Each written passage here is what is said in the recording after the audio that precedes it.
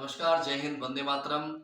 और इस समय आज हम उत्तर प्रदेश के मैनपुरी जनपद में शिक्षार्थ आइए सेवार्थ जाइए स्कूल में स्लोगन देखा। उस पे आज एक बहुत अच्छी विचारधारा आई और एक ऐसे शिक्षक से मुलाकात हुई, ऐसी शिक्षिका से मुलाकात हुई जिन्होंने शक्ति मिशन पे बहुत कुछ बच्चों को ज्ञान दिया है, उत्तर प्रदेश सरकार की नीतियों के बारे में बताया है। जेल में भी जाके कैदियों के बीच में भी आपने संवाद किया है। तो क्योंकि इस समय काल चल रहा है परीक्षा का, किस तरीके से बच्चे स्ट्रेस मुक्त रहें, आज उनसे बेहद सुखद चर्चा हो रही। दूसरी टॉपिक पे इंटरव्यू है। प्राइम भारत टीवी न्यूज आपके बीच में एक बेहद खास जानकारी लाया है, क्योंकि कहते हैं सरस्वती महाभागे देवी कमल लोचने विद्या रूपेण विशालाक्षी विद्यालय ही नमोस्तुते। तो पहले सरस्वती माँ को प्रणाम करते हुए और हमारे बीच में शिक्षिका महोदय को बहुत बहुत नमस्कार, धन्यवाद आप इस कार्यक्रम में शरीक हुए। आपसे एक छोटी सी बात आज जानना चाहेंगे। परीक्षा में जो बच्चे स्ट्रेस ले रहे हैं, कई बच्चे अच्छे रिजल्ट ना आने पे बहुत कुछ ऐसी घटनाओं को भी अंजाम देते हैं जिससे माँ बाप जीवन पर्यंत भुगतते हैं। तो किस तरीके से उन्हें शिक्षा का मध्यकाल, इस समय आधी परीक्षाएं लगभग हो चुकी हैं, क्या आप बताना चाहेंगे बच्चों के लिए जिससे उनके लिए सुखद रणनीति परीक्षा के लिए बने? नमस्कार आलोक जी। नमस्कार। मैं ये बताना चाहूंगी कि बच्चे परीक्षा से पहले तो तैयारी करते ही हैं जी लेकिन जैसे जैसे परीक्षाएं होती जाती हैं जी और जैसे कठिन पेपर रह गए जी तो प्रारंभ में हिंदी का पेपर हो चुका है उनका, जी यूपी बोर्ड की परीक्षाएं चल रही हैं हाई स्कूल इंटरमीडिएट की। जी अभी इंग्लिश रह गया है, मैथ रह गया है, मैथ का पेपर था अभी। जी तो बच्चे बहुत तनाव में चले जाते हैं, जी कठिन विषयों के प्रति जरूरत से ज्यादा संवेदनशील रहते हैं। एक तो बच्चों ने अपने दिमाग में माइंडसेट बना लेते हैं ना कि ये विषय कठिन है, कठिन। तो बिल्कुल घबराए नहीं, जी सरल प्रश्नों से शुरुआत करें, जी स्ट्रेस फ्री रहें। जी हर समय पढ़ना पढ़ना पढ़ना नहीं, एक समय निश्चित करें, समय जी सारणी से चलें। जी और एक कहावत है कि जो ब्रह्म मुहूर्त में सुबह पढ़ने पर जो जितना अच्छा हमारा दिमाग काम करता है जी उतना शाम तक नहीं रहता।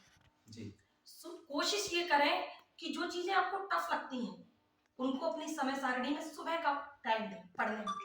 सुबह उनको तैयार करें, प्रश्नों को क्रमबद्ध करें, उनको लिख करके जरूर देखें। जी जो टॉपिक कठिन लगते हैं उनको आप लिख करके प्रैक्टिस करें बार, ये बहुत जरूरी है। दूसरी चीज ये है कि सोशल मीडिया से कुछ समय के लिए दूर रहें। अगर आप स्ट्रेस में हैं या बहुत ज्यादा पढ़ने से, बराबर पढ़ते पढ़ते रहने से भी जी क्या होता कि बहुत ज्यादा माइंड में एक हौच पौच सा हो जाता है ना, बच्चे क्या पढ़ें क्या ना पढ़ें हड़बड़ा से जाते हैं। जी वो चीज से बाहर निकलना है। उतनी देर के लिए आप टहल सकते हैं, थोड़ा घूम सकते हैं, गार्डनिंग कर सकते हैं, जी और थोड़ा बहुत हल्का फुल्का मनोरंजन भी कर सकते हैं, खेल कूद सकते हैं। ये नहीं कि बस सिर्फ और सिर्फ परीक्षा है इस बात के हवा को अपने दिमाग में नहीं बिठाना है। जी। दिमाग में इतना बड़ा स्ट्रेस नहीं लेना है कि बहुत बड़ा युद्ध लड़ने जा रहे हैं, बहुत टेंशन में डाल दें।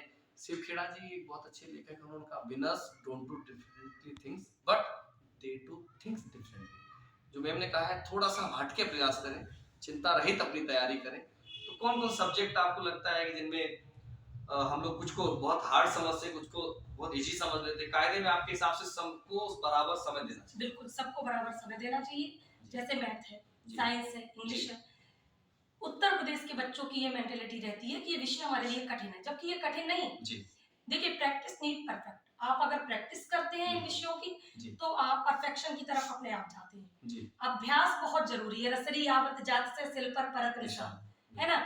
तो आप अगर इस तरीके से तैयारी करते हैं और एक टाइम टेबल लेकर चलते हैं, सुबह जरूर समय निकालते हैं, एक हल्का सा रिवीजन मारते, ये नहीं बहुत से बच्चे मैं देखती हूँ एग्जाम देने जा रहे हैं तो बाइक पे पढ़ते हुए, वो सब बिल्कुल व्यर्थ है। पैनिक बिल्कुल ना लें, बहुत तनाव मुक्त माहौल में तैयारी करें सोशल मीडिया से, क्योंकि ये डिस्ट्रैक्ट करने वाली चीजें हैं। मोर स्टडी मोर कंफ्यूजन की स्थिति आ जाती है वहाँ। बिल्कुल। और आप डिस्ट्रैक्ट कैसे होते हैं, हम अगर ये कोई भी किसी भी सोशल मीडिया प्लेटफॉर्म पे जाते हैं, हमें पता ही नहीं चलता हमने आधा घंटा कब उस पे निकाल दिया। बिल्कुल। तो इससे क्या होगा, आपका अभी टाइम बिल्कुल बर्बाद करने की जरूरत नहीं है। और माता पिता से फ्रेंडली रहें। मैं नहीं चाहती कि आप एक पेपर थोड़ा खराब हो गया, कभी अच्छा हो गया, तो अगर जो पेपर थोड़ा सा वीक चला गया आपका, तो आप नेक्स्ट पेपर में बहुत अच्छा कर सकते हैं। माता पिता को बताइए कि बस थोड़ा सा उसको अपने तक न रखें, घुटे नहीं, और अपनी चीजों को अपने फ्रेंड्स में, अपने माता पिता के साथ शेयर करें। एक मैंने देखा है आमतौर बच्चों पे कि जैसे ही पेपर में 2-3 दिन का गैप आ गया तो थोड़ा रिलैक्स मूड में चले जाते हैं। इस पे आपका क्या टिप्स है? और लास्ट में चलते चलते कुछ ऐसे 2-4 टिप्स और बताइए जिससे अच्छे नंबर गेन कर सके। जी, बच्चे रिलैक्स मोड में चले जाते हैं कि 3 दिन का अब तो गैप है। जी।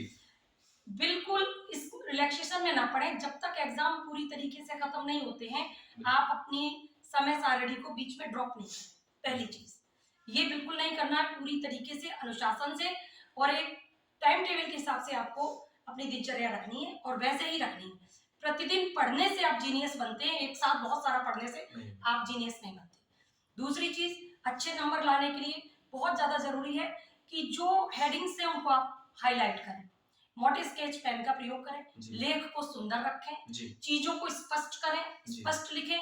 किसी क्वेश्चन को बहुत लेंथी कर देते हैं बच्चे, फिर क्या होता है लास्ट जाते जाते जो इंपॉर्टेंट क्वेश्चंस होते हैं वो छूट जाते हैं या ज्यादा मार्क्स वाले क्वेश्चंस उनके ड्रॉप हो जाते हैं। तो आपकी टोटल मार्किंग क्या होती है कि आप प्रश्न पत्र में दिए गए सभी प्रश्नों को पूरी तरीके से अटेम्प्ट करें, ये सबसे ज्यादा जरूरी है। उसके लिए आपके पास एक बाकायदा टाइम मैनेज करना है आपको कि इस क्वेश्चन को मुझे सिर्फ 3 मिनट देने हैं, इसको 2 मिनट देने हैं, इसको 1 मिनट देना है और किसी भी क्वेश्चन को बहुत लंबा नहीं लिखना है, किसी को बहुत छोटा नहीं करना है।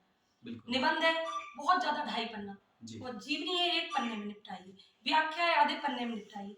इस तरीके से अगर आप टाइम टेबल सिलेक्ट करते हैं तो आप 3 घंटे में पूरा पेपर अटेम्प्ट कर पाएंगे। बिल्कुल, तो बहुत ही संपूर्णता में आपने बहुत कम भाषा में बहुत अच्छी टिप्स दी कि हमें पहले टाइम मैनेजमेंट देखनी है, कितने प्रश्न है, कितना किसको टाइम देना है, हमें लेन देन नहीं लिखना, जो पूछा जाए हमें सटीक जवाब देने हैं, उसमें स्ट्रेस नहीं लेना और कुछ भी अपनी तरफ से उस पे मिक्स नहीं करना, टॉपिक पे हेडिंग को मेंटेन। जैसे मैं अभी जा रही हूँ ड्यूटी पे जाती हूँ तो बोर्ड परीक्षाएं चल रही हैं, बच्चों को देखती हूँ, सुबह बच्चे खाली पेट आ जाते हैं, बच्चों को वहाँ वॉमिट होने लगता है, माइग्रेन होने लगता है, बीच में उनकी तबीयत खराब हो जाती है तो उन्हें बाहर बिठाना पड़ता है क्योंकि वो बिल्कुल भूखे ही घर से इतने स्ट्रेस में होते हैं कि घर से बिना ब्रेकफास्ट किए ही प्लीज कुछ हल्का खाइए, सुपाच्य खाइए और अच्छा खाइए। हमेशा हेल्दी ईटिंग करके ही घर से निकले, कुछ ना कुछ खा के, ताकि आप मेंटली भी फुलफिल रहें और अच्छे माहौल में पेपर दीजिए। मेरी शुभकामनाएं आपके साथ। आप संस्कृत से पीएचडी भी हैं और आपने बहुत सारे टिप्स बहुत छोटे से वीडियो में दिए हैं जो आपके लिए बहुत हितकर हो सकते हैं। तो बारंबार यही कहते हैं कि संकल्प शक्ति में हमने जो समझाया कि हमें अपने टारगेट बनाना है, टाइम बॉन्डिंग का ध्यान रखना है, किस पे कितना लिखना है, क्योंकि ईश्वर का दिया कभी अल्प नहीं होता, जो टूट जाए वो संकल्प नहीं होता। हार को लक्ष्य से दूर ही रखना, क्योंकि जीत का कोई विकल्प नहीं होता। ऐसा नहीं हमारे मार्क्स कम आए तो हम हार गए या हम कम जीनियस हो गए, बिल्कुल भी नहीं है। मैम ने कहा है पॉजिटिव रहना है, आगे बढ़ना है और स्वस्थ भारत से समृद्ध भारत, रोजगार युक्त भारत, भ्रष्टाचार मुक्त भारत के सृजन में एक कदम हम सब चलेंगे। बहुत बहुत धन्यवाद।